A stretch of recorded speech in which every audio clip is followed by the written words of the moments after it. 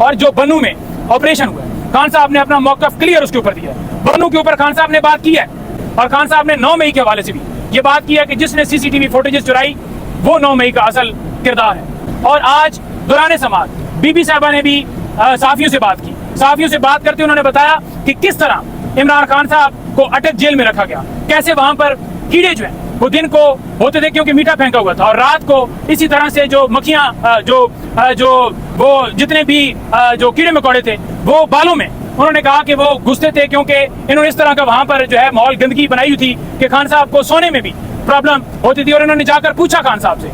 और जो बन्नू में ऑपरेशन हुआ है, खान साहब ने अपना मौकफ क्लियर उसके ऊपर दिया है। बन्नू के ऊपर खान साहब ने बात की है। उन्होंने कहा है कि ये निहत्थे लोगों के ऊपर गोलियां चलाई गई हैं, ये वो अमन मार्च था और वो कोई असले वाला मार्च नहीं था कि वो असला लेकर आ रहे थे। और उसके ऊपर उन्होंने कहा है कि केपी गवर्नमेंट जो है वो सीएम साहब से फौरन आप जाकर बात करें। उन्होंने कहा कि फौरन इसके ऊपर इंडिपेंडेंट तहकीकात होनी चाहिए। इंडिपेंडेंट तहकीकात जो है उसके जरिए जो उसमें किरदार सामने है उनके खिलाफ उन्होंने कार्रवाई का कहा है। और उन्होंने ये भी कहा है कि मुल्क की मईशत जो है वो किसी सूरत ऊपर नहीं जा सकती जब आपके मुल्क के अंदर रूल ऑफ लॉ नहीं होगा, और जब तक आपके मुल्क के अंदर रूल ऑफ लॉ नहीं होगा आपका मुल्क आगे नहीं बढ़ सकता। तो उन्होंने ये भी बताया है कि जो फार्म 47 वाले बैठे हुए हैं ये किसी सूरत नहीं चाहेंगे कि मुल्क में कानून की बालादस्ती हो, क्योंकि इनके इंटरेस्ट जो है वो दूसरी तरफ खड़े हैं। ये करप्ट लोग हैं, ये माफिया हैं। अगर ये मेरिट की बात करेंगे, इंसाफ की बात करेंगे, रूल ऑफ लॉ की बात करेंगे तो इन्हें पैसा पाकिस्तान लाना पड़ेगा। तो ये किसी सूरत नहीं चाहेंगे कि इनका मुल्क जो है आइन के मुताबिक चले। और मरियम नवाज ने जो स्टेटमेंट दी है, खान साहब ने उसके ऊपर भी बात की है कि ये स्टेटमेंट देकर जजेस को प्रेशर में डालना चाहती है। ये स्टेटमेंट देकर चाहती है कि जज जो हैं जो इंसाफ के ऊपर मबनी फैसले दे रहे हैं वो ना दें।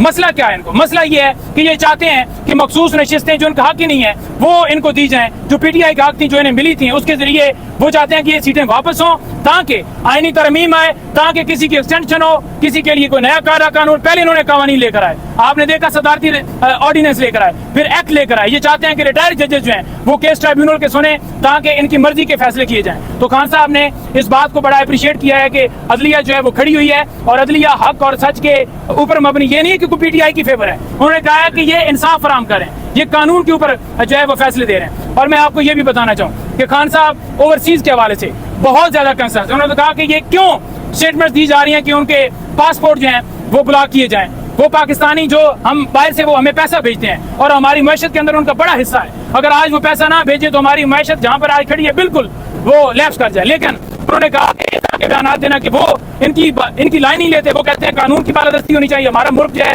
वो पूरी दुनिया में बदनामी होती है कि यहाँ पर चोरों को बिठा दिया गया। तो उन्होंने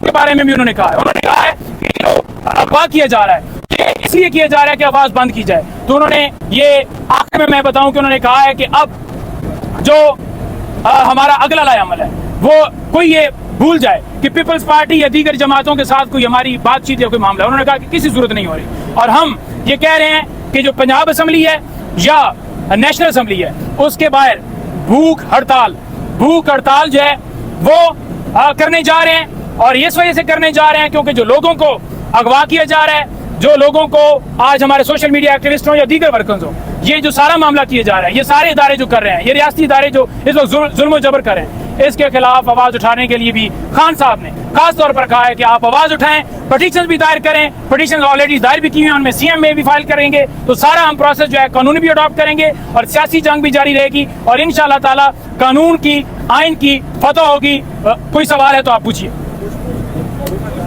ने बाकायदा मुझे धक्का दिया तो हम ये नैब के खिलाफ इस हवाले से कार्रवाई करने जा रहे हैं। उन्होंने हमें इंस्ट्रक्शंस दी हैं और इनके खिलाफ कार्रवाई होगी। नंबर थ्री बात यह है कि काजी फायजी साहब उनके खिलाफ रेफरेंस फाइल कर रहे हैं। नंबर 4 बात यह है कि आमिर फारूक साहब उनके खिलाफ हम रेफरेंस फाइल कर रहे हैं।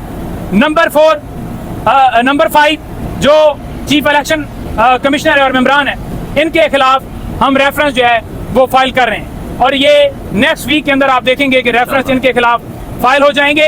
और खान साहब ने 9 मई के हवाले से भी ये बात की है कि जिसने सीसीटीवी फुटेजेस चुराई वो 9 मई का असल किरदार है। उसने जानबूझकर ये मलबा पीटीआई पे डाला क्योंकि हकायक ये लाने नहीं चाहते।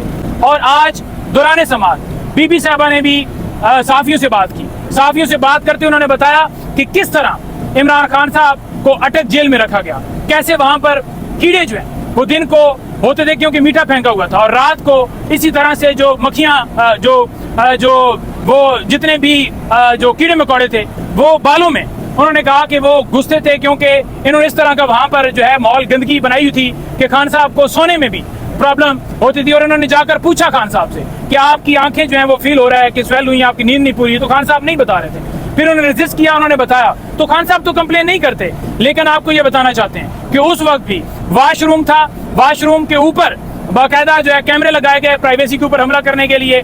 और उसके साथ साथ ये बताएं कि 3 दिन खान साहब को बाकायदा यानी कि कोई उनको ऐसी फैसिलिटी नहीं थी कि कोई चारपाई दी जाए, और 3 दिन के बाद एक चादर दी गई, और 15 दिन के बाद एक ऐसा वो आप कह लें कि सोफा टाइप वो चारपाई दी गई जिसके ऊपर बंदा मुकम्मल सो नहीं सकता था। तो ये खान साहब ने क्लेम नहीं किया, ये बातें उन्होंने बीबी साहब को बताई। उन्होंने कहा कि ये वक्त आ गया है कि लोगों को बताने का।